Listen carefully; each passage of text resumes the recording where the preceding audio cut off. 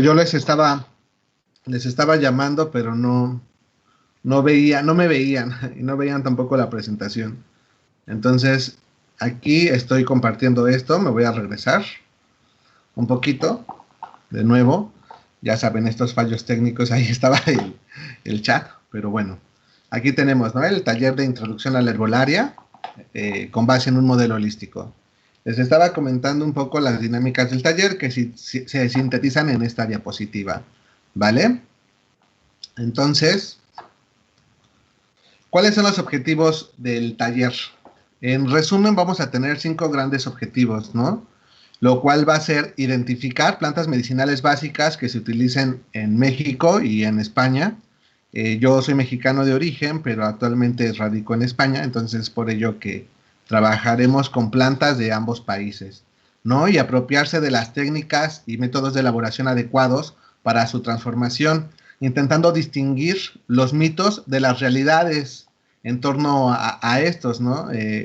Buscando información crítica, científica, reflexiva, para ejercer una seguridad para nosotros mismos y para nuestras personas consultantes. También vamos a intentar rescatar mucho de la diversidad cultural pues de varios pueblos del mundo, porque mucha de la herbolaria actual tiene su origen en estas poblaciones, ¿no?, que todavía ejercen porque tienen alguna situación a lo mejor de limitación médica, mucho en el caso de México, de las comunidades de México nativas, y pues bueno, es importante darles ese reconocimiento, ¿no?, de esos saberes que nos han heredado, saberes colectivos. Y pues el último objetivo iría en el sentido ecológico, de fomentar que nosotros en un futuro tengamos algún jardín o macetita con algunas de estas especies medicinales, ¿no?, para evitar también esta parte de la depredación de nuestros recursos naturales, porque a veces cuando una planta se pone de moda, todo el mundo quiere obtenerla, y pues no es algo viable ecológicamente, ¿no? Tenemos que también aprender a cuidar los recursos de nuestro medio. Los enfoques que vamos a trabajar en el taller van a ser un modelo que llamaremos holístico. ¿Qué quiere decir? Que vamos a integrar diferentes áreas, diferentes visiones a través de una práctica ligada, ¿no?, por muchos elementos. Un elemento básico van a ser las medicinas tradicionales de diversas culturas, como les comentaba, la china, la mexicana, la ayurveda, la celtíbera, inclusive la andina. Vamos a hacer técnicas de herbolaria, vamos a definir más adelante qué es la herbolaria. Vamos a utilizar fitoterapia, también la vamos a definir. Y tendremos también estas estrategias de la medicina integrativa. ¿Cuál es la ventaja de la medicina integrativa? Que bien considera todas estas prácticas tradicionales y de corte más natural, vamos a decirlo, sin dejar de lado la importancia de la medicina convencional del siglo XXI, ¿no?, que también nos ha ayudado bastante en muchas regiones del mundo a mejorar la calidad de vida, y que siempre deberemos de tener en cuenta antes de iniciar cualquier tratamiento de corte herbolario. ¿Me pueden decir si la presentación y el audio van bien, por favor, por el chat? Quisiera...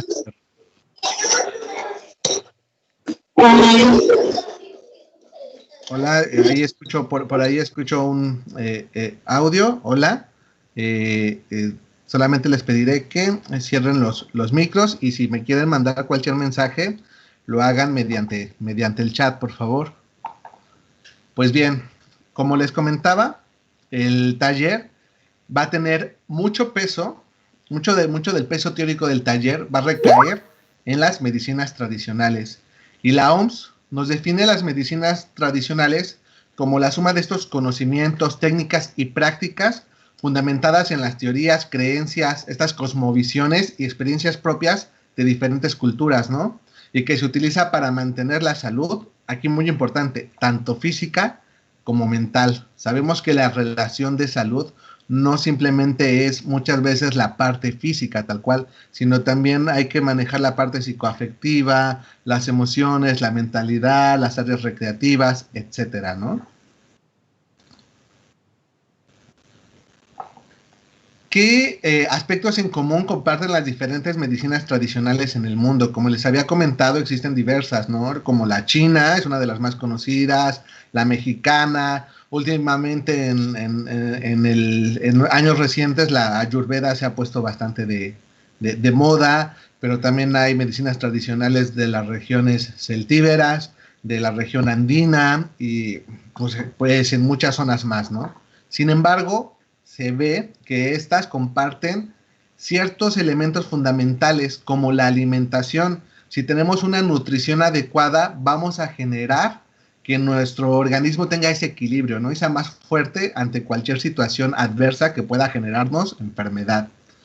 Vamos a también ver que muchas de las medicinas tradicionales, sobre todo en la antigüedad, mucho la medicina tradicional mexicana, ¿qué es lo que tiene? Tiene eh, una base higienista a través de baños, a través del famoso temazcal mexicano, a través del sauna. Esta medicina higienista también ayuda muchísimo a mantener un estado de salud óptimo.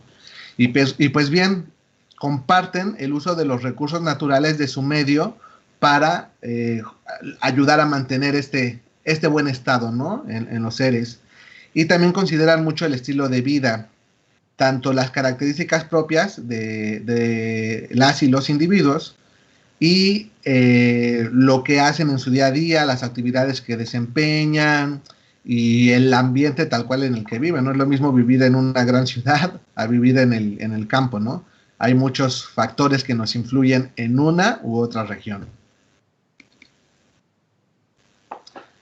¿Cómo vamos a entender la herbolaria? La herbolaria la vamos a entender como este conjunto de conocimientos y prácticas que tratan sobre las plantas medicinales y sus usos, y también las formas en las que se dosifican y administran, ¿no?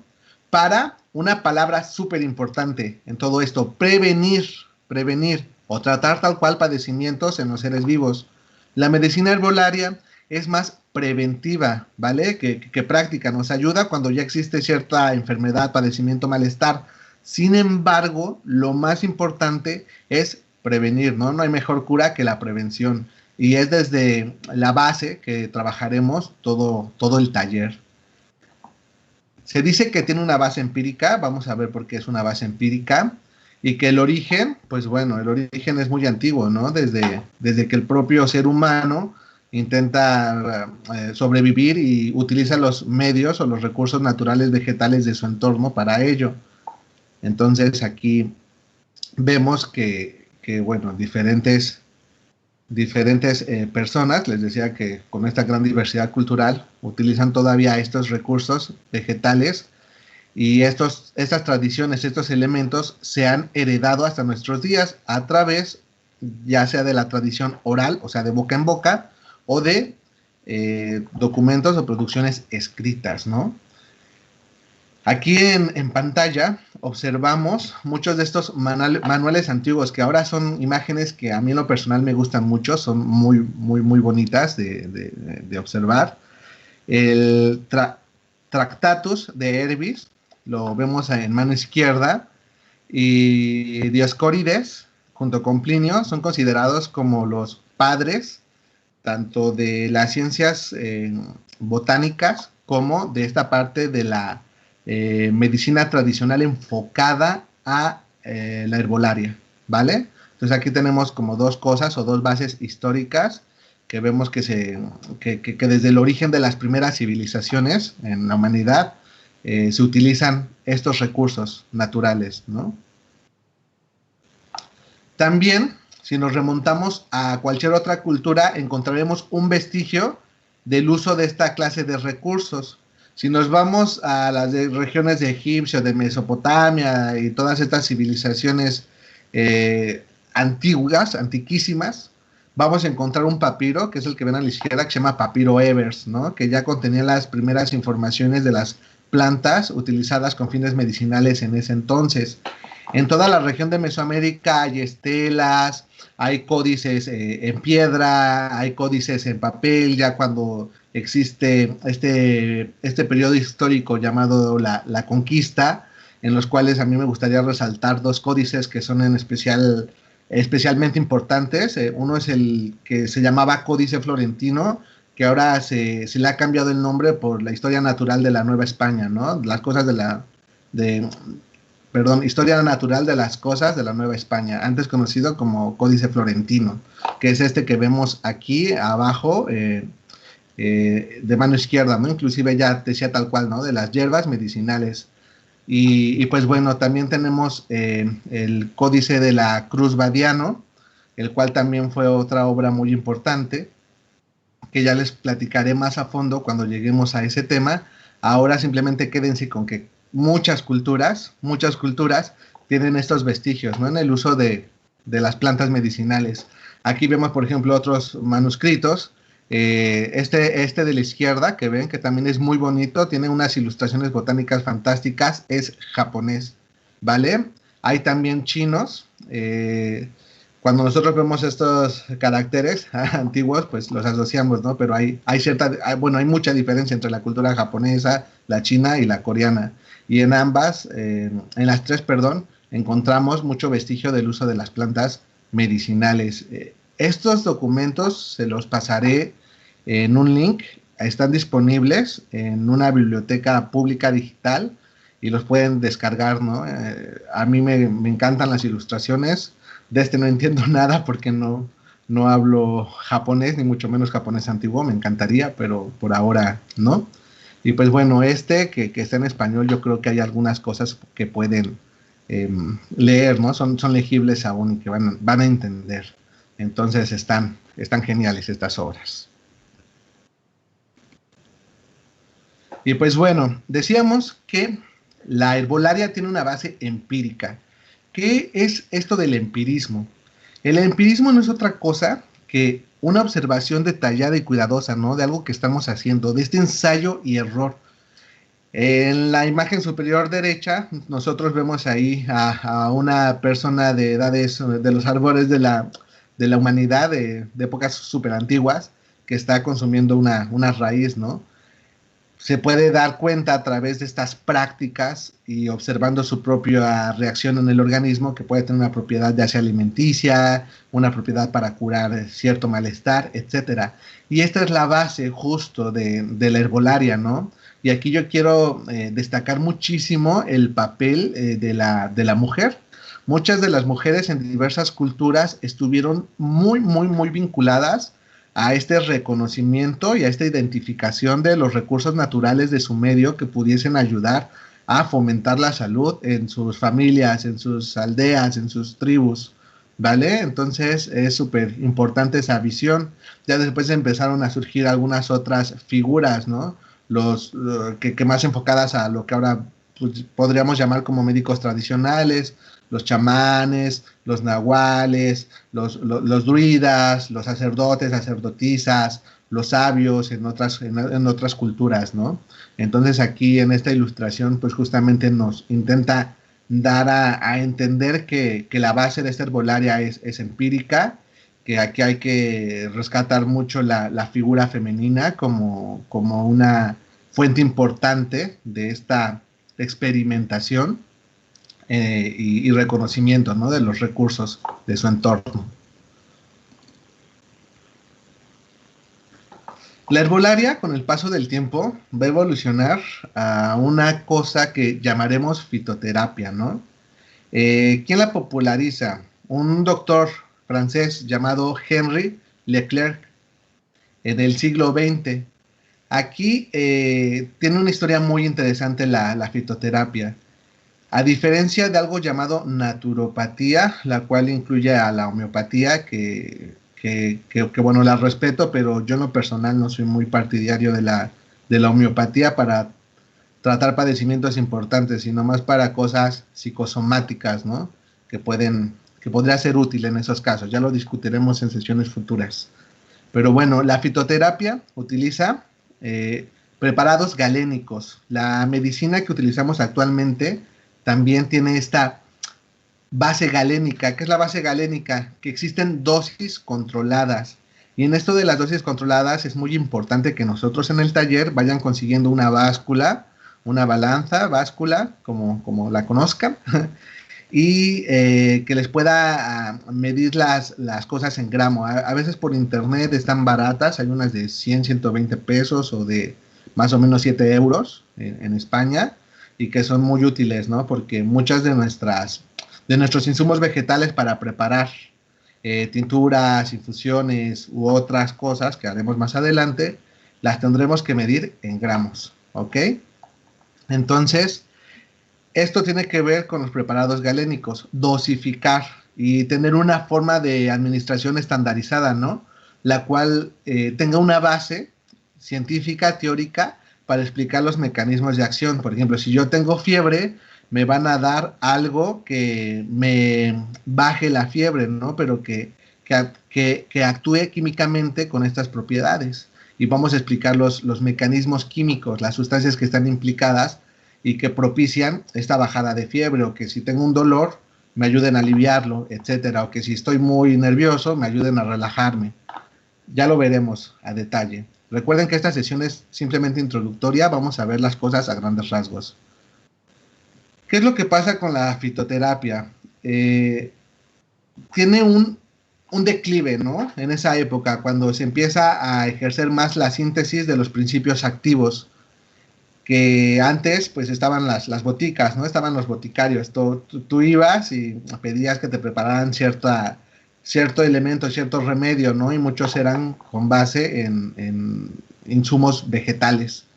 Y con base en libros copiados a mano de los que vimos al inicio, que venían desde la antigüedad, desde la época griega o romana, y que se fueron ahí medio actualizando y bueno, al final de cuentas, la química moderna pues hace que haya un declive en esto de la fitoterapia, ¿no?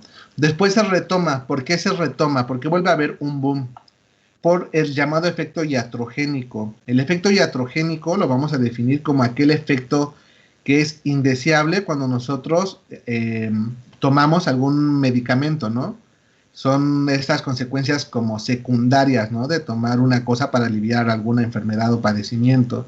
Se dice que la fitoterapia tiene menos este efecto iatrogénico. Yo jamás diría que el herbolario, la fitoterapia, no tiene efecto iatrogénico, porque casi toda sustancia ajena que ingresamos al organismo lo va a tener. Solamente que teóricamente, desde estas perspectivas, se tiene menos efecto iatrogénico, porque ¿qué es lo que pasa con la fitoterapia, con la herbolaria?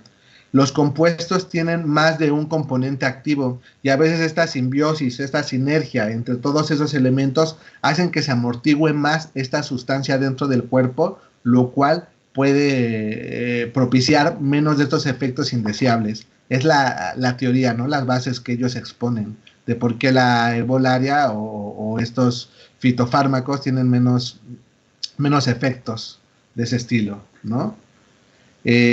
Actualmente se retoma la fitoterapia con una base más controlada respecto al método científico. Justamente hay protocolos para desarrollar lo que nosotros llamaríamos los fitofármacos, ¿no?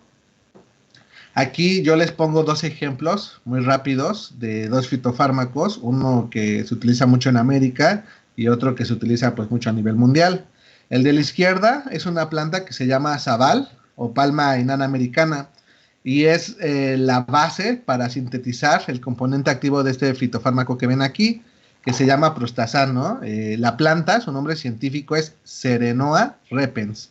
Ya vamos a ver por qué es importante siempre llamar a las plantas por su nombre científico, ¿no? Y en el lado derecho tenemos a la valeriana, con propiedades sedantes, calmantes, y justamente el medicamento o fitofármaco, mejor dicho, que se elabora con base en esta planta es este, ¿no? El valdricedón, ¿vale? Que está indicado justamente para las dificultades de conciliar el sueño o estos ataques de nervios, ¿no? Llamados ataques de nervios. El de arriba se utiliza mucho para la próstata, ayuda a que la próstata tenga una mejor salud y que no se inflame tanto. Tiene estas propiedades desinflamantes, antiinflamatorias, perdón. Y bueno, todas estas plantas prometo que las revisaremos a fondo. Esto simplemente es una introducción. Vamos a trabajar con el modelo holístico. Yo les decía, ¿qué es esto del modelo holístico, no? En síntesis, es considerar muchos aspectos del ser humano, ¿no? Tanto aspectos físicos, orgánicos, los sistemas del cuerpo, clásicos de toda la vida, el cuerpo material que va a incluir su genética, el metabolismo basal, las actividades físicas que se realicen, pero también vamos a considerar esta parte más intangible, ¿no? Lo psicoemocional, lo psicoafectivo, la mente, ¿no? Nuestro estado anímico, esta salud psicológica que también va a repercutir muchísimo a la hora de mantener un estado de salud o de equilibrio en el cuerpo, ¿no? De las personas. También vamos a considerar los poderes simbólicos, ¿no? En estas cosmovisiones que les digo que se respetan todas las creencias y diversidades, no nos vamos a meter como en rollos de debates religiosos o de ciertas corrientes, no, simplemente vamos a tomar en cuenta la cosmovisión o los dogmas y las creencias que tengan las personas. Inclusive la ciencia, ya debatiremos en el futuro, la ciencia también tiene sus dogmas, ¿no? Y son cosas importantes a considerar al tratar a una persona. Y también ahora con esto de la pandemia vemos que solo somos seres eminentemente sociales, ¿no? Las interacciones sociales también repercuten mucho para mantener un estado de salud óptimo. Y no vamos a tomar una visión reduccionista de decir, ay, si te tomas esta hierba únicamente, te va a cambiar la vida, ¿no? Te va a mejorar o curar de todos tus males. Pues no, no realmente la salud es una interacción y un conjunto de varias esferas de la vida, ¿no? Y este es el enfoque con el cual trabajaremos la herbolaria. La herbolaria nos puede ayudar a prevenir o a mantener o ayudarnos con ciertas situaciones, pero realmente el estado de salud proviene de la interacción de todos estos elementos. Y nosotros estamos hablando mucho de plantas medicinales, pero ¿qué es en realidad una planta medicinal? La planta medicinal, la OMS, nos las va a definir como la planta que en uno o más de sus órganos contienen sustancias que pueden ser utilizadas con fines terapéuticos, ¿vale? Hay muchas plantas que comemos actualmente y que tienen estas propiedades alimenticias. Yo les había comentado que la imagen que ven en pantalla es una de mis flores que a mí me gustan muchísimo y que es la flor del ajo, ¿no? Es una flor muy, muy bonita y vemos el ajo, su nombre científico Allium sativum, y pues bueno, también tiene propiedades medicinales y propiedades también alimenticias. Entonces, vamos a ver la importancia de lo que es la taxonomía. ¿Qué va a ser la taxonomía? La taxonomía no es otra cosa que la clasificación de los seres vivos en grupos que comparten características en común. Si me están viendo biólogas o biólogos, disculpen si de repente diré cosas como que pueden ser una burrada a nivel científico, pero simplemente intento dar una introducción, una base muy superficial de todo esto. ¿Por qué lo comento? Porque la taxonomía muchas veces está en constante cambio, ¿no? Hasta nuestros días, de repente se toman algunos criterios u otros para agrupar los seres vivos, ¿no? Y las plantas. Inclusive recientemente ha habido cambios botánicos de nomenclatura en algunas especies, en algunos grupos, etcétera. Sin más preámbulo, simplemente quédense con que tenemos los clásicos reinos, ¿no? Esta imagen de los reinos que vimos desde primaria, el de los hongos, el de los animales, el de las plantitas, el de estos microorganismos, bacterias, los protistas, etcétera, ¿no? Nosotros nos vamos a enfocar en este, ¿no? En el reino planté. Si lo estoy pronunciando mal, corríjanme. A mí me enseñaron que la A y la E del latín se pronuncia como solamente una E. Entonces no decimos plantae, sino decimos planté, ¿vale? ¿Por qué es importante conocer la taxonomía y el nombre científico? Esta es una imagen real de una búsqueda que realicé en Google. Hasta aquí va todo claro. Por favor, escríbanme en el chat si tienen en algún momento una duda y me paro, ¿no? Si hay algún concepto o elemento que no se entienda bien y pues lo podemos discutir. Así que me gustaría leerles en el chat de Skype o de YouTube, los que estén viendo la transmisión por YouTube, para saber sus dudas o sus comentarios. Déjenme darle un trago a mi té. Más bien esto es una tisana. En la segunda sesión les diré las diferencias entre té, tisana e infusión. Esto sería una tisana lo que estoy bebiendo.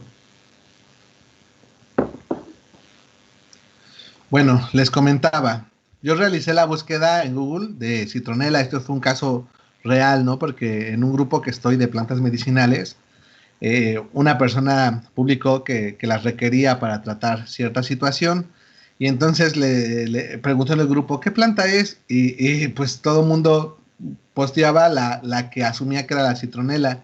Y es que el nombre común de citronela puede referirse a 3 especies distintas. Es por eso que al usar nosotros el nombre científico jamás nos vamos a equivocar con el ingrediente que necesitamos para preparar cierto remedio, ¿no? Ahorita vamos a ver que si ponemos en Google, ustedes háganlo, si ustedes ponen citronela, les van a aparecer todas estas imágenes. Aquí vemos pues 3 cosas distintas, ¿no? Esta hierba, este pasto y este geranio. Entonces, perdón. Entonces vamos a ver cuál es cada uno. Nombre científico. Melissa officinalis. Esta planta, en algunas regiones, a la melisa también se le conoce como citronela. Y aquí un paréntesis. Esto lo definiremos como género y especie. Son los 2 taxones, es decir, las 2 categorías que nosotros vamos a necesitar para referirnos a cualquier planta medicinal, para jamás errar en la que necesitamos y precisamos para elaborar nuestros remedios. Género, ¿cómo se escribe? La primera letra en mayúscula, ¿vale? Y la especie, todo en minúscula. Entonces, les comentaba, esta planta se conoce también como citronela o como melisa, son sus nombres comunes. Pero el nombre que nos importa es el nombre científico, que es Melissa officinalis. Muchas veces, cuando vamos teniendo práctica, nos damos cuenta que el nombre científico nos va a dar una característica de la planta. En este caso, todos los nombres científicos que ustedes vean con la terminación officinalis es porque se refiere en su etimología a como laboratorio, a que tiene alguna propiedad medicinal. Todas las plantas que en su nombre científico terminan en officinalis es porque o en la antigüedad se utilizaron con fines terapéuticos y actualmente los conservan, o tienen ahí algún rasgo importante en cuanto a aspectos terapéuticos medicinales, ¿vale? La terminación officinalis. La segunda planta que se conoce como citronela es este pasto, ¿no? Que es lo que le conocen como en algunos lugares también como zacate limón, el nombre común. Su nombre científico es... ay, ahorita se me fue. Se me acaba de ir, yo creo que me puse un poco nervioso. Y ahora lo recuerdo, ¿vale? Quédense con que este es el que le llaman también lemongrass, ¿no? Ya me acordé. Simbopogón, ya me acordé. Al decir lemongrass, ya me acordé, ya van a ver por qué. Porque su nombre científico es Simbopogón citratus, ¿sí? Simbopogón citratus. Justamente esta terminación citratus hace referencia a su olor característico a limonado, ¿no? Y esto es porque tiene ciertos aceites esenciales, ya veremos qué son los aceites esenciales, que le dotan de esta característica. Por favor, ¿me podrían indicar si se escucha bien, si no hay ninguna falla en la transmisión, en el chat? Se los agradeceré muchísimo. Aquí en Skype, que es el que puedo ver. La tercera planta que se conoce como citronela es geranio, ¿no? Pelargonium graveolens es su nombre científico. Y esta terminación graveolens hace referencia a que la planta tiene un olor bastante fuerte. La ruda, que también tiene un olor fuerte, esta planta llamada ruda, también su nombre científico termina en graveolens, en la especie es Ruta graveolens, porque también tienen este fuerte aroma, ¿no? Que se desprende en sus hojas, casi siempre. Entonces, estas son las 3 especies que nosotros podemos conocer como citronela. Y por eso es importante conocer el nombre científico, porque no es lo mismo que nos digan citronela a que nos digan, en este caso, Melissa officinalis, o que nos digan Cymbopogon citratus, ¿no?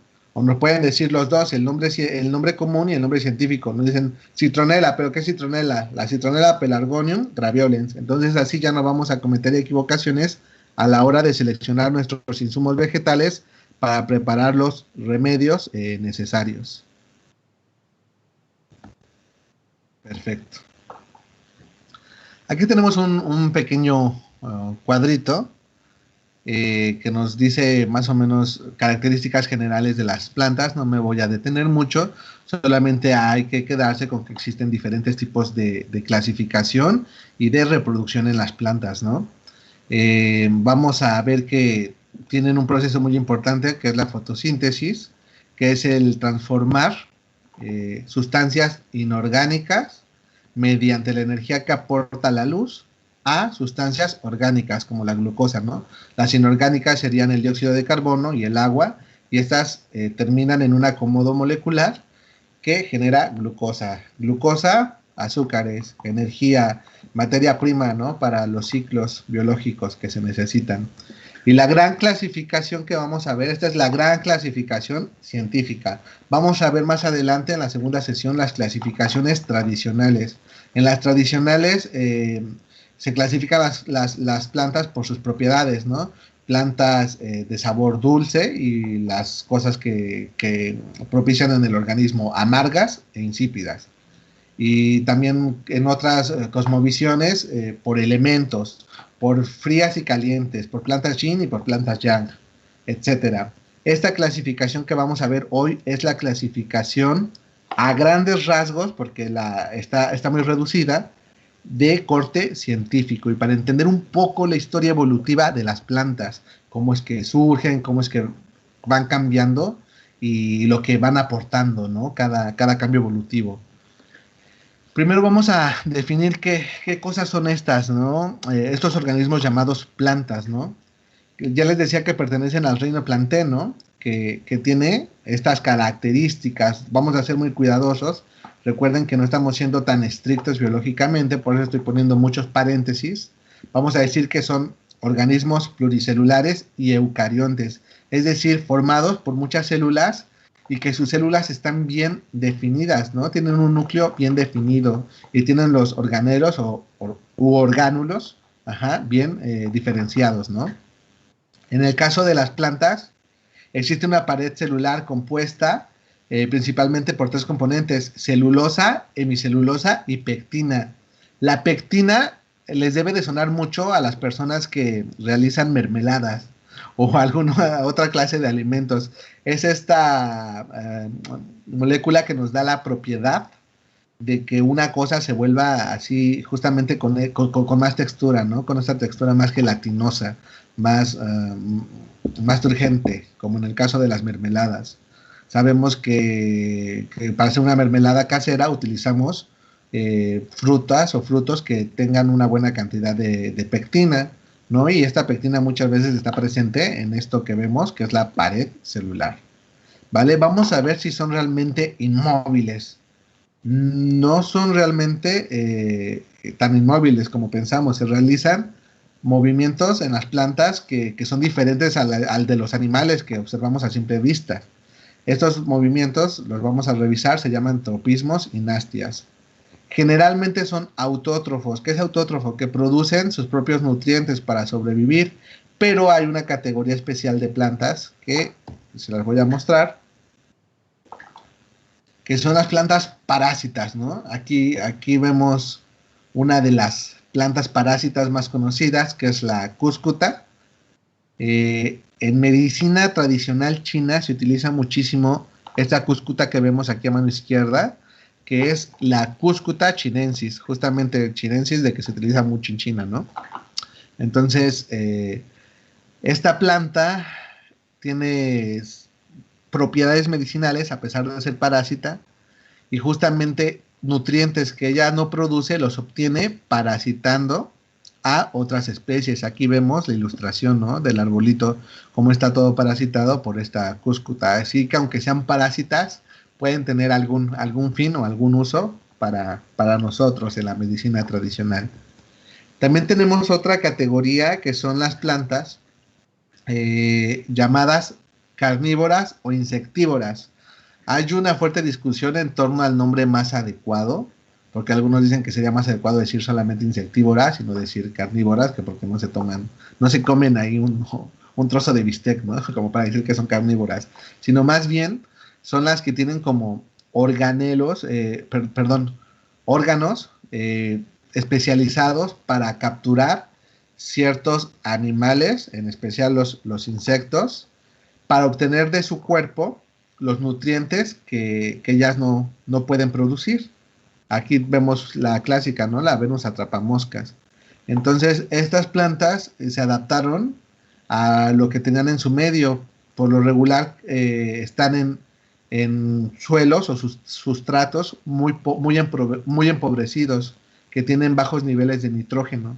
Entonces, por eso evolucionan y desarrollan estas estrategias para no depender de los nutrientes de su sustrato, en este caso el suelo, sino tenerlos de alguna otra fuente, como pueden ser los insectos, ¿no?, u otros organismos que se llaman protozoos, ¿vale? En los videos de síntesis les voy a explicar mucho más a fondo estas cosas.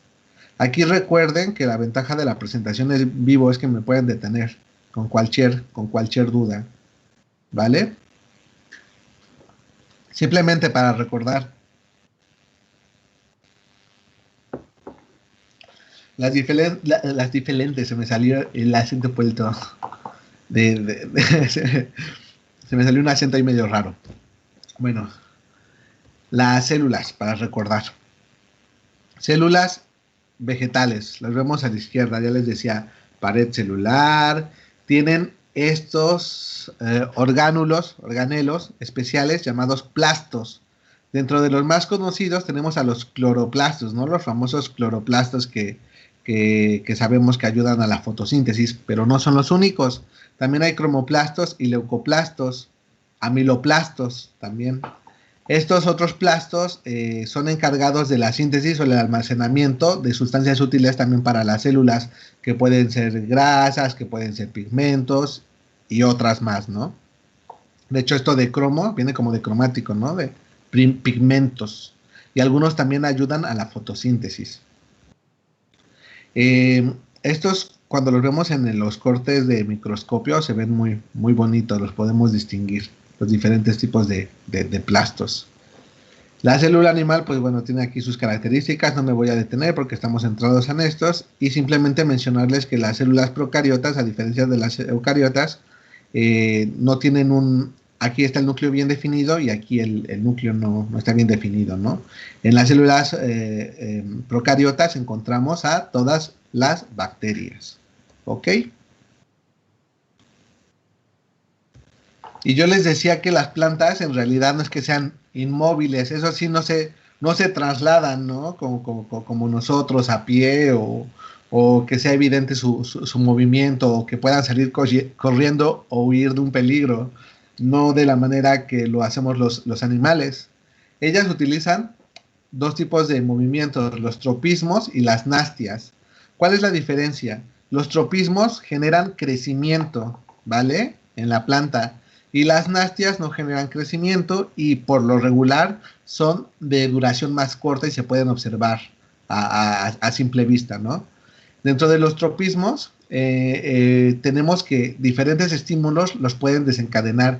Estímulos táctiles como el tigmotropismo, estímulos lumínicos. Las plantas siempre van a crecer en su mayoría hacia donde reciban mayor cantidad de luz, ¿no? Por eso fototropismo. El hidrotropismo, en este caso, es que es dentro de una característica que se llama quimiotropismo. La planta puede crecer para aprovechar mejor alguna sustancia química del medio que la rodea, ¿no? O inclusive huir de alguna cosa que le pueda perjudicar. Esto mucho a nivel del sistema radicular, de la raíz. Y también tenemos otro estímulo que sería la gravedad, el centro de gravedad de la Tierra. Muchas de las raíces crecen con base en esto, ¿no? En el geotropismo. La raíz va a ser estimulada su crecimiento por esta fuerza de gravedad. En cambio, las nastias, yo les decía, esto para observar el crecimiento de las plantas, nos tendríamos que sentar ahí horas y horas y a lo mejor veríamos que crece muy poco, ¿no? Unos milímetros a lo mucho. Pero las nastias sí las podemos observar más fácilmente. Hay una planta que se llama mimosa y esa si la tocamos, son las plantitas estas que abren y cierran, ¿no? Ante un estímulo táctil. Entonces ahí tenemos una nastia. Pero también cuando hay ciclos de luz y de oscuridad, las flores se abren o se cierran. Y esto es lo que llamaríamos la fotonastia y esto es fácil de observar, ¿no? En un día, si tú ves en la mañana a la planta, ves que su flor está abierta y si la ves en la noche, la verás cerrada. También por la temperatura pueden moverse, ¿vale? Eso se llamaría termonastia. Y pues bueno, en esta clasificación empezaremos con la clasificación más científica, que yo les decía, por estas grandes agrupaciones científicas, ¿no? Y a su vez vamos a ir contando la historia evolutiva de las plantas. Primero, en el planeta, después de que estos organismos en el agua, se dice que los antecesores son mucho esta parte de las algas verdes, evolucionan, hay ciertos cambios y empiezan a colonizar, es decir, a llegar a la Tierra, se adaptan para vivir en el medio terrestre y surgen estos grandes grupos, ¿no? De musgos, las briofitas. Aquí los musgos son los más representativos. Se dice que más o menos hace 500 millones de años, más o menos, la fecha nunca va a ser exacta, porque no tenemos ahí como... No existía YouTube en ese entonces y no lo podíamos ver a ciencia cierta. Son plantas que se dice que no son vasculares, es decir, no tienen vasos de conducción. Las plantas más evolucionadas tienen vasitos, como lo que sería el equivalente a nosotros entre venas y arterias, que conducen los nutrientes, ¿no? A lo largo de toda la planta, llamados xilema y floema. Pero estas plantas vasculares no tienen vasos de conducción. Tampoco tienen raíz, ni tallo, ni hojas verdaderas. Aunque ustedes vean que parece que tiene hojitas y tallo y raicillas, pues no son raíces, ni tallos, ni hojas verdaderas. Recuerden que son las primeras en colonizar, entonces sus órganos no están muy diferenciados y son dependientes totalmente del agua, ¿no? Los musgos los encontramos justamente en estos ambientes húmedos, justo porque no tienen estos vasos de conducción, pues bueno, son organismos que necesitan mucho del agua para sobrevivir. En vez de raíz tienen unas estructuras llamadas rizoides, que son como una protorraíz, ¿no? En vez de tallos, tienen algo que se llama cauloide. En vez de hojitas, tenemos los filoides, ¿no? Y la reproducción, muy importante, la reproducción es por esporas, no es por semillas, es por esporas. Entonces aquí observamos dos tipos de musgos con propiedades medicinales y con un contexto histórico muy interesante. Es el Sphagnum papilosum y el Sphagnum palustre. Estos tipos de musgos tienen propiedades antisépticas, es decir, que ayudan a mantener una zona libre de gérmenes o de organismos patógenos que nos podrían infectar, ¿no? Y en épocas de guerra se empezó a producir vendajes con estas dos plantas. Ahora no recuerdo bien en qué país, pero se hizo una producción importante de vendajes y de insumos con base en estas plantas. Y les pasaré el artículo. Ese es un artículo de la BBC, me parece. Entonces, para que vean que inclusive en plantas muy, muy antiguas existen propiedades medicinales, ¿vale? Cuando estas plantas briófitas evolucionan, surgen las pteridofitas, ¿no? Los grupos más representativos, el nombre común serían los helechos y la cola de caballo. Aquí hay la fecha, perdonen, se me fue aquí lo de 500 millones de años, no corresponde. Son plantas que ya son vasculares, pero vasculares primitivas. no tienen los mecanismos de conducción tan desarrollados o de almacenamiento, porque siguen siendo dependientes del agua para completar su ciclo reproductivo, ¿no? O sea, muy dependientes, más que una cactácea, por ejemplo. Ya tienen raíz, tallo y hojas o frondas, ya hay estructuras más especializadas, ¿no? Pero su reproducción aún continúa siendo por esporas, en unas fases diferentes a los musgos, a estas briofitas, pero siguen siendo las esporas. Aquí tenemos dos especies medicinales muy importantes, muy usadas, tanto en Europa como en México. Bueno, una más en México que en Europa, la de abajo. La de abajo es la famosa doradilla, ¿no? Que es utilizada muchísimo para afecciones del sistema renal, ¿vale? Para todo lo relacionado con el riñón, ya sea cálculos, ya sea su limpieza, etcétera. Se utiliza infecciones en vías urinarias, cistitis, se utiliza la doradilla.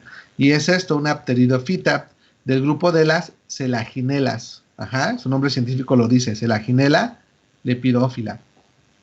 Y arriba tenemos la cola de caballo. Cuando ustedes vean SPP, en el nombre científico SPP, es que no nos están especificando la especie, ¿no? Sino simplemente el género. Género, especie, recuerden. Este es el género, Equisetum, y la especie no está especificada. Se los puse a propósito, ¿no?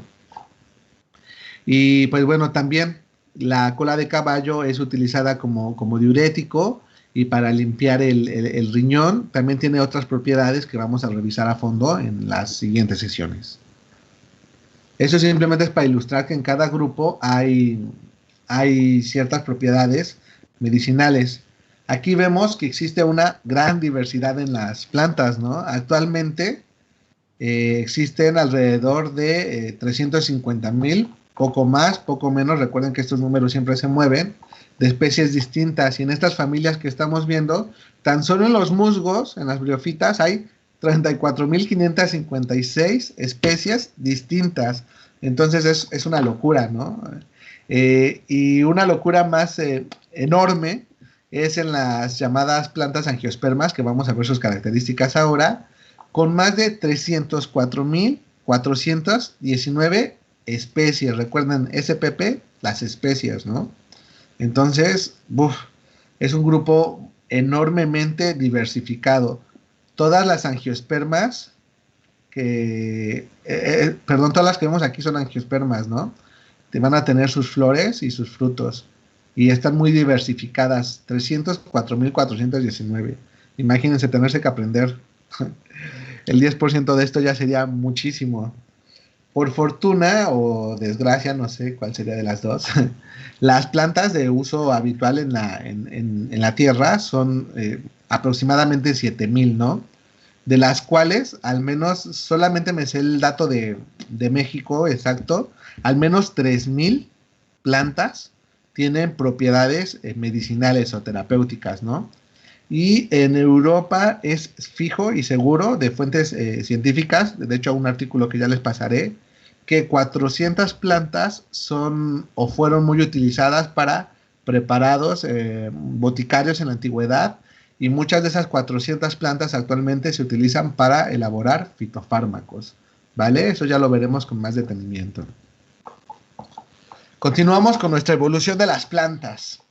Aquí vemos el surgimiento de las gimnospermas, ¿vale? En las gimnospermas, ¿qué vamos a encontrar? Vamos a encontrar todas las coníferas, es decir, estos bosques de coníferas, ¿no? Muy característicos en regiones de México, también en regiones europeas, hay muchos bosques de coníferas, y vamos a encontrar ahí a los pinos, vamos a encontrar a los cedros, y vamos a encontrar un fósil viviente que literalmente desde hace más de 2 millones de años está en la tierra, ¿no? Y no ha presentado cambios. Es el ginkgo biloba, ¿no? Que también tiene propiedades medicinales muy interesantes que vamos a rescatar en el futuro. Aquí les dejo el ginkgo, ¿no? Aquí está en estas hojitas tan características que tiene. Esto es un fósil, un verdadero fósil viviente, o sea, es un árbol antiquísimo, antiquísimo, de verdad, y muy interesante. Aquí en las coníferas, en estas gimnospermas, ya vemos un raíz, tallo y hojas más especializadas. Estas hojas que nosotros vemos en los pinos en formas de agujas, van a ser hojas que van a permitir una mejor resistencia al frío, a la nieve. Son muchas zonas de pino en Europa, neva, ¿vale? Entonces, estas características anatómicas les van a conferir ciertas protecciones, ¿no? Y ciertas bondades, ya hay más especialización. Y algo fantástico, ¿no? Que sucede a nivel biológico evolutivo. Aparece la reproducción por semillas. En este caso son semillas que se dicen desnudas, ¿no? La propia etimología de la palabra gimno, espermas. Esperma, semilla. Gimno, esta desnudez, ¿no? De las semillas. Vemos aquí las piñitas. ¿A qué se refiere esta desnudez? A que no están cubiertas como con un fruto, sino la semilla tiene un mecanismo de producción en el que queda, entre comillas, desnuda, ¿no? O más expuesta en comparación con el siguiente grupo que vamos a ver, que sería el de las angiospermas. Que justamente aquí, en estas más de 300,000 especies diversas, encontramos a todas las plantas con flor y fruto. Si ven una planta con flor, seguro que es un angiosperma, hasta el momento, porque la ciencia, recuerden que cambia y a lo mejor lo que les estoy diciendo ahora, en un futuro, ya no es válido. Ténganlo mucho en cuenta, por favor. Aquí encontramos, como les mencioné, gran diversidad de especies. Ya tienen semillas, pero semillas recubiertas por un fruto. Mediante el proceso que vemos aquí en esta diapositiva, hay una producción del polen. Están los órganos los estigmas y bueno, no me voy a meter mucho a estos detalles, los quiero decir a grandes rasgos. En las plantas existen flores a veces masculinas, femeninas, combinadas, por flores que son solamente que producen flores femeninas o que producen solamente flores masculinas, etcétera. Eso no, lo vamos a ver en un futuro a más detalle. Lo importante de esto es el ciclo de reproducción, que una vez que se poliniza, la angiosperma va a desarrollar un mecanismo de protección de la semilla. Y este mecanismo de protección de la semilla es el fruto. Y el fruto no solamente va a conferir estas bondades de protección, sino también incluso de movilidad. Hay frutos que tienen espinitas o que tienen ciertas características como flotar, etcétera, que permiten que una planta, su semilla, viaje a otros lugares, ¿no? Y la ayuden a esparcirse. Entonces el fruto fue una evolución muy interesante en el reino de las plantas. Solamente quédense con esta información. Ustedes, yo los invito a que busquen más detenidamente todos estos términos que estamos revisando. Y pues bueno, para acabar esta parte de la clasificación, simplemente mencionarles que las plantas más jóvenes, entre comillas, porque serán más viejas que cualquiera de nosotros, evolutivamente hablando, son las orquídeas, ¿vale? Una profesora me decía que evolución no significa necesariamente adaptación, porque las orquídeas son muy delicadas de cuidar y requieren condiciones a veces especiales muy específicas. Una de las orquídeas con propiedades medicinales y alimenticias y que es deliciosa es la vainilla. La vainilla es una orquídea, ¿no? Y requiere muchas estrategias agronómicas, de manejo agronómico, para realizar y llevar a cabo una buena producción.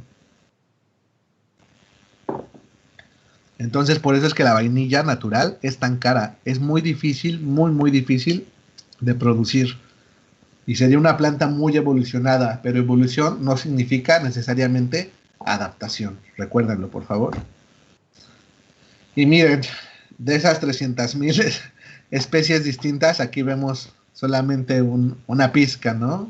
Un nada de todo ello. Las angiospermas son muy lindas visualmente, justamente porque muchas de estas flores tienen por finalidad, no todas, atraer, ¿no?, a su polinizador.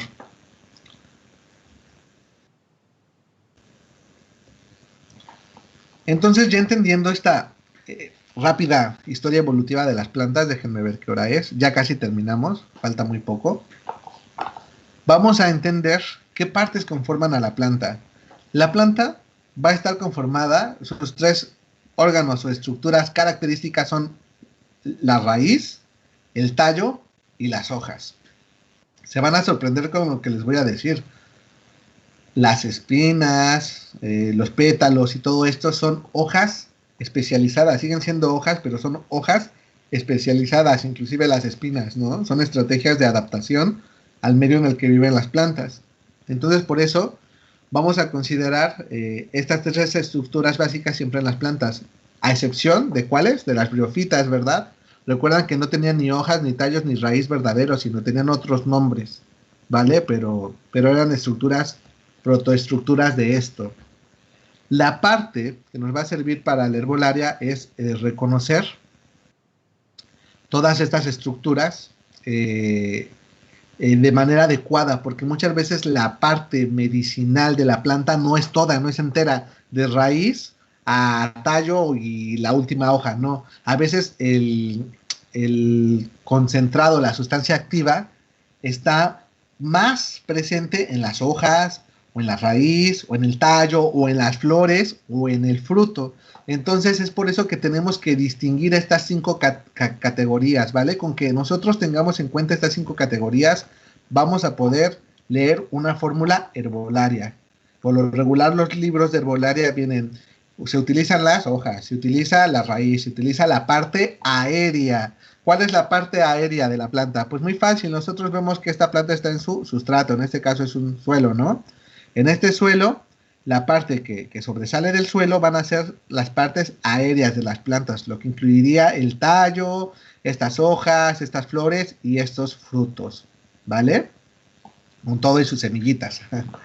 Entonces, aquí están más detalladas algunos otros aspectos que pueden aprenderse y que si tienen alguna duda, con gusto los comentamos si quieren saber alguno en específico. Déjenme ver, sí. Déjenme ver el chat, a ver si no tenemos mensajes. No, vale. Y el sistema radicular, ¿no? Sería todo lo que está aquí en esta parte del sustrato. Recuerden, parte aérea y parte del sistema radicular. Las raíces pueden ser súper diversas, ¿no? Pueden, ya también veremos después la clasificación de ciertas raíces. Y los tallos también pueden ser muy diversos. Aunque ustedes no lo crean, la patata, la papa, ajá, Solanum, es el género de las papas, son modificaciones del tallo, son tallos de reserva. Es un tubérculo, sí, pero un tubérculo caulinar. Caulus es este tallo, ¿no? Las patatas o papas no vienen de las raíces, sino del tallo. Y el centro de origen de cultivo de las papas viene en Perú, ¿vale? Es una planta que tuvo su origen en Perú, que después les contaré la historia de cómo llega a Europa. Y en Europa, en España, se consume mucho, ¿no? Muchos de la comida típica o tradicional utiliza las patatas. Antes de que existieran las patatas, en muchas zonas se utilizaban las castañas o algunos otros productos de árboles. Son historias de plantas, de usos, que no me voy a detener mucho, si no nos alargamos. Van a tener una tarea, ¿vale? Y esta tarea va a ser conseguir el nombre científico de estas 3 plantas pteridofitas, que son unas de mis favoritas. Me gustan mucho sus propiedades y también sus propiedades físico-químicas y de supervivencia son increíbles.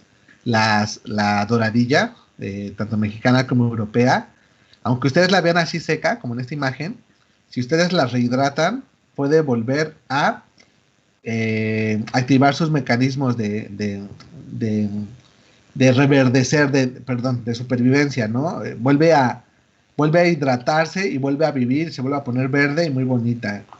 La revisaremos en el futuro, en la próxima sesión. Esta es una de las primeras plantas que vamos a abordar, porque tiene muchas bondades y beneficios. Y también quiero decirles un poco cómo se puede reproducir o cómo se puede propagar para evitar su depredación, ¿no? Es una planta muy noble en muchos sentidos. Entonces su tarea, para motivarles esta curiosidad científica, es que encuentren el nombre científico de estas 3 pteridofitas, ¿no? La doradilla europea, que es diferente a la doradilla mexicana, y la rosa de Jerico, ¿no? que me digan cuál es cuál, si encuentran alguna imagen y su nombre científico. Con que utilicen Google, lo pueden ahí encontrar. Y ya la próxima sesión, en este caso los que la tomen el domingo, el próximo domingo la discutiríamos. Y los del lunes, mañana nos toca discutir sobre esta planta, ¿vale? Ya para ir cerrando la presentación, nos vamos a enfocar a qué es lo que hace que una planta tenga propiedades medicinales. Esto tiene que ver con sus metabolitos, ¿vale? Primero vamos a definir qué es el metabolismo. El metabolismo lo tenemos nosotros, los seres humanos, y también las plantas, ¿no? Y son este conjunto de cambios químicos y biológicos que se producen continuamente en las células. Hay metabolitos primarios. Estos metabolitos primarios son los resultantes químicos de estas reacciones químico-biológicas, para obtener, por ejemplo, la glucosa, proteínas, azúcares, el almidón, algunos aceites que son necesarios para el desarrollo y crecimiento de las plantas, ¿no? Para conformar estructura en estas y realizar procesos vitales. Vitales quiere decir que si no tuviese estos nutrientes, estos insumos, moriría. Y después tenemos los metabolitos secundarios, pero que por ser secundarios no son menos importantes. Al contrario, a nosotros nos interesa muchísimo el tema de los metabolitos secundarios. Y son estos compuestos químicos sintetizados por las plantas que cumplen diversas funciones, ¿no? Inclusive muchos de ellos son de supervivencia. Y de los metabolitos más conocidos son estos, los alcaloides, glucósidos, flavonoides, saponinas, taninos, estos que son súper amargos, que le confieren ciertos sabores especiales a las bebidas como el vino, por ejemplo. Y bueno, tenemos que hablar de ellos súper a detalle, porque conociendo sus metabolitos podemos inferir algunas u otras propiedades de las plantas. Ahí les adelanto que hay que tener mucho cuidado con todas las plantas que tengan alcaloides, porque los alcaloides van a interferir directamente en las funciones, muchas veces cerebrales o del sistema nervioso. Son súper peligrosas si no se utilizan adecuadamente, ¿vale? Entonces, recuerden, los metabolitos secundarios son los que le van a conferir muchas veces las propiedades medicinales a la planta.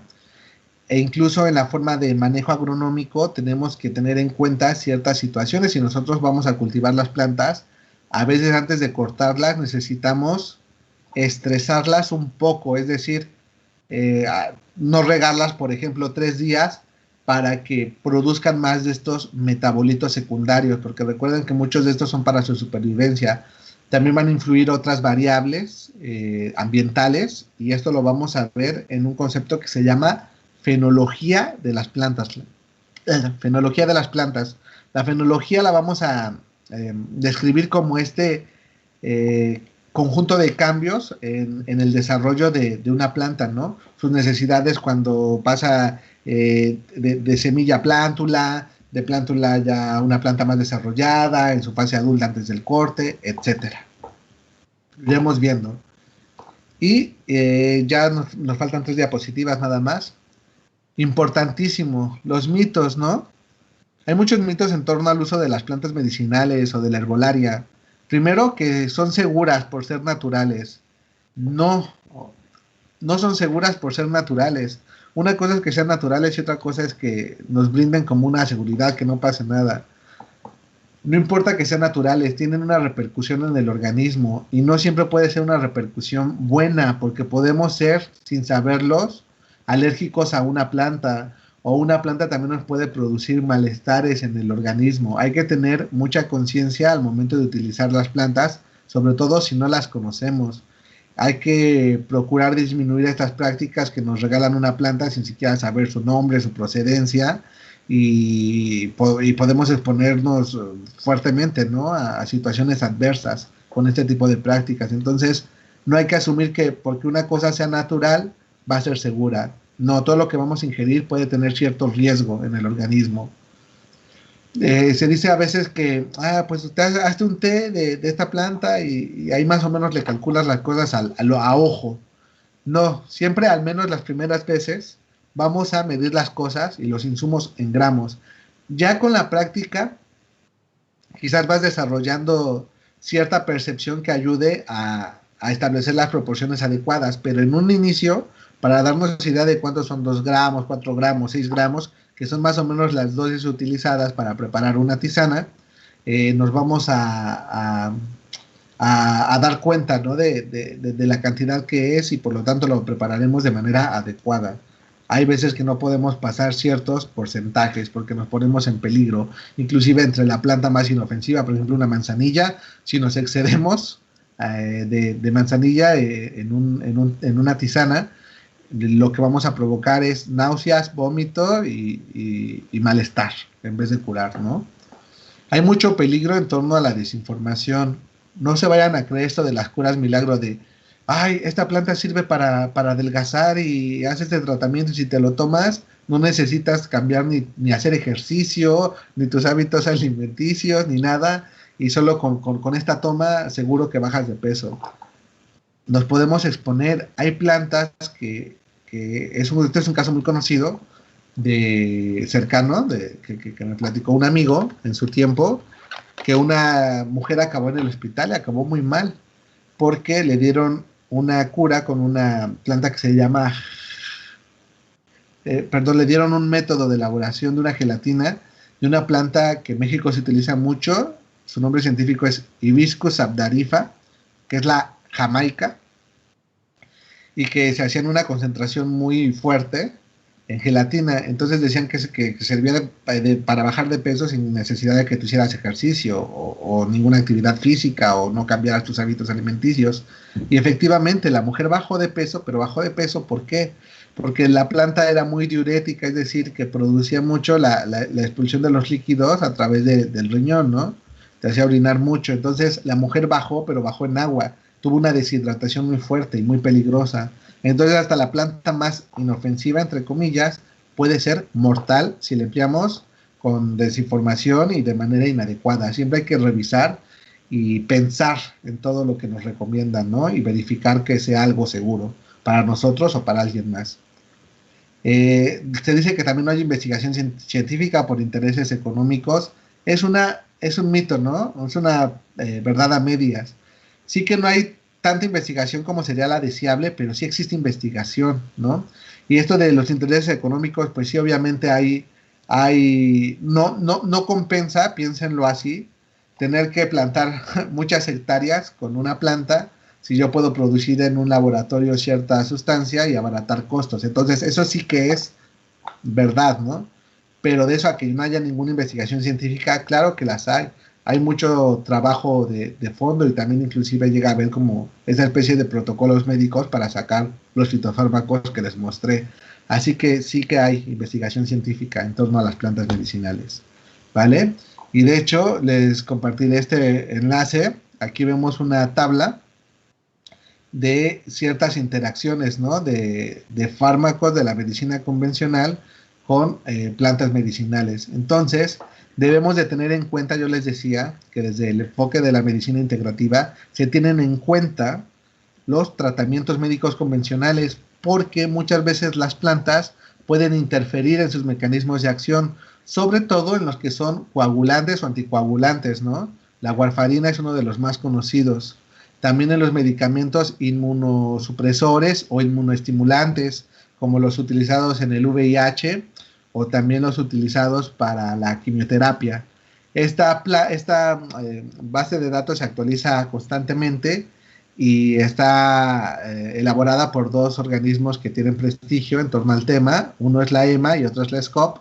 Y entonces aquí, vean, lo que hemos aprendido en el taller, se me lengua la traba, lo que hemos aprendido en el taller va teniendo más sentido. ¿Por qué? Porque aquí vemos el nombre científico, común de la planta, ¿no? Abedul, ajenjo, ajo.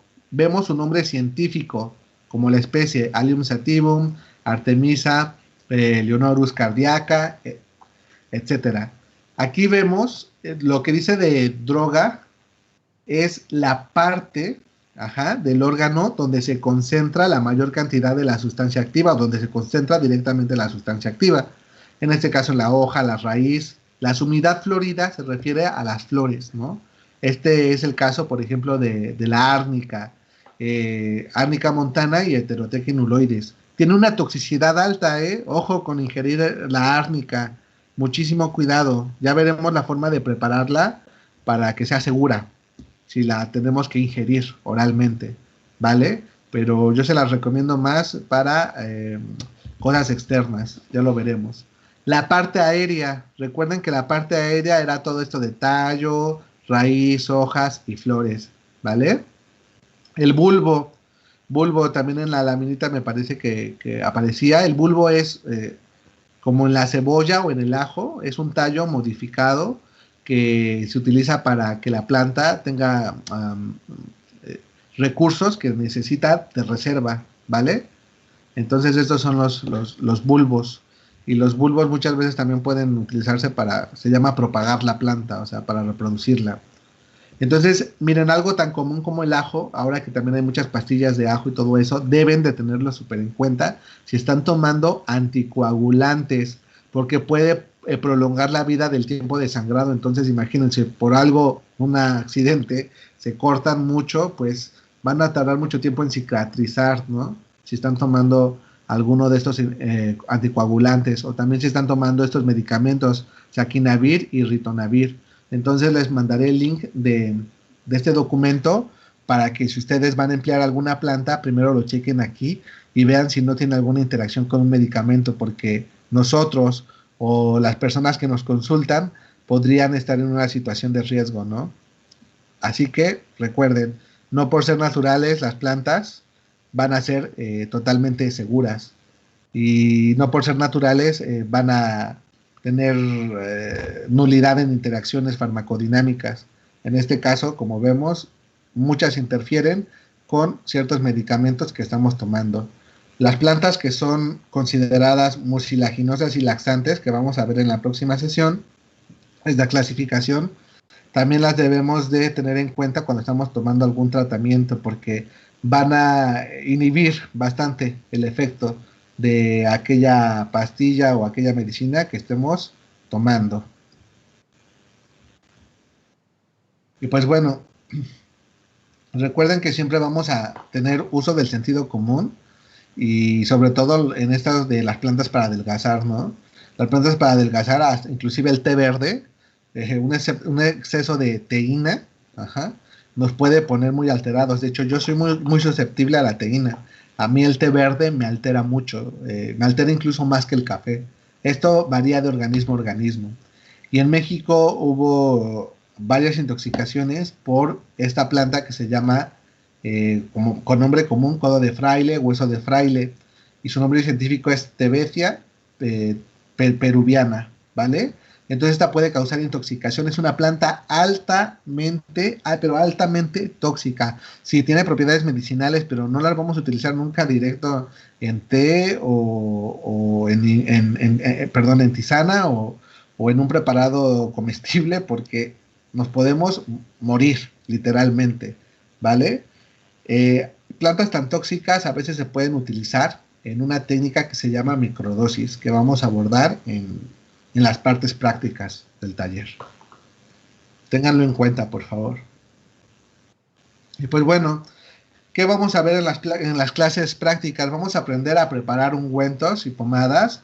Vamos a hacer la preparación de un vino tónico de ajo. Va a ser nuestra primera práctica para que vayan consiguiendo un vino, de preferencia un vino tirando a dulzón o con alta concentración de azúcares, porque nos va a brindar otras propiedades interesantes, ¿no? Sin un vino tinto, el vino tiene que ser tinto, perdonen, partiendo de que el vino tiene que ser tinto, ¿no?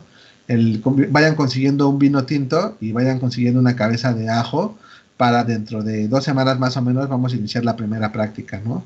En este vino tónico de ajo que va a ser cardioprotector y un coadyuvante para enfermedades depresoras del sistema inmune, ¿no? O respiratorias también, ahora que estamos como intentando mantener el equilibrio en esta área debido al panorama mundial.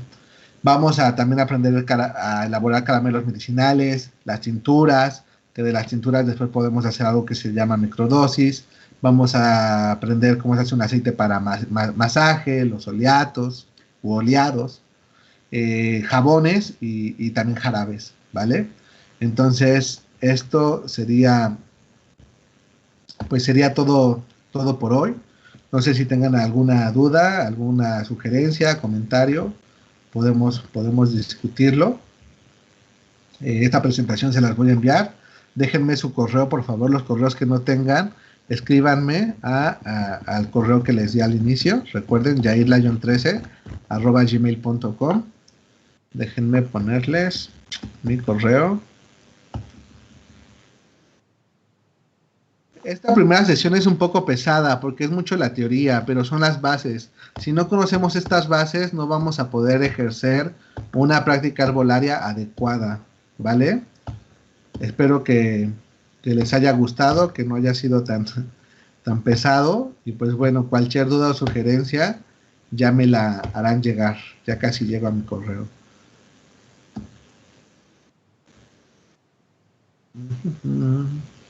Por acá está.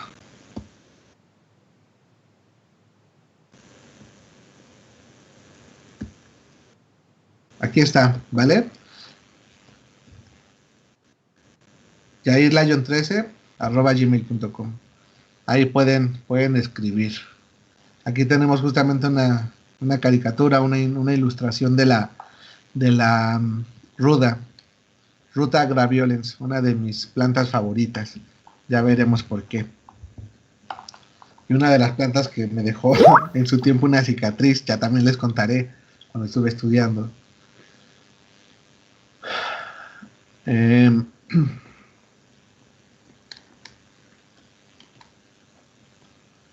Déjenme ver sus mensajes.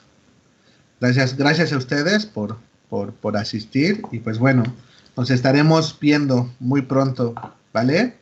Que tengan un buen inicio de semana. Mis mejores deseos. Buena tarde en México. Buena noche aquí en España. Y un abrazo. Estamos en contacto. Hasta pronto. Chau, chau.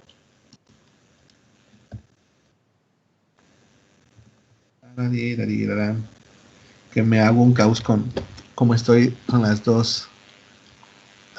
Aquí OBS.